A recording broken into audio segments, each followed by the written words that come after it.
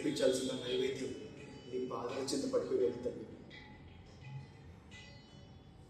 శివ, అందరిని ఉద్ధరించే ఆ తల్లి, నేను చేసిన తప్పు క్షమింపు. చెడ్డ కొడుకు ఉంటాడేమో కానీ చెడ్డదైన తల్లి ఉండదు కదా.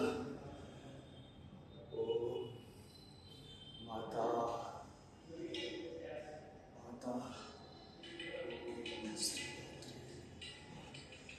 ఓం శ్రీమాత్రే నమః, ఓం శ్రీమాత్రే నమః, ఓం శ్రీమాత్రే నమః.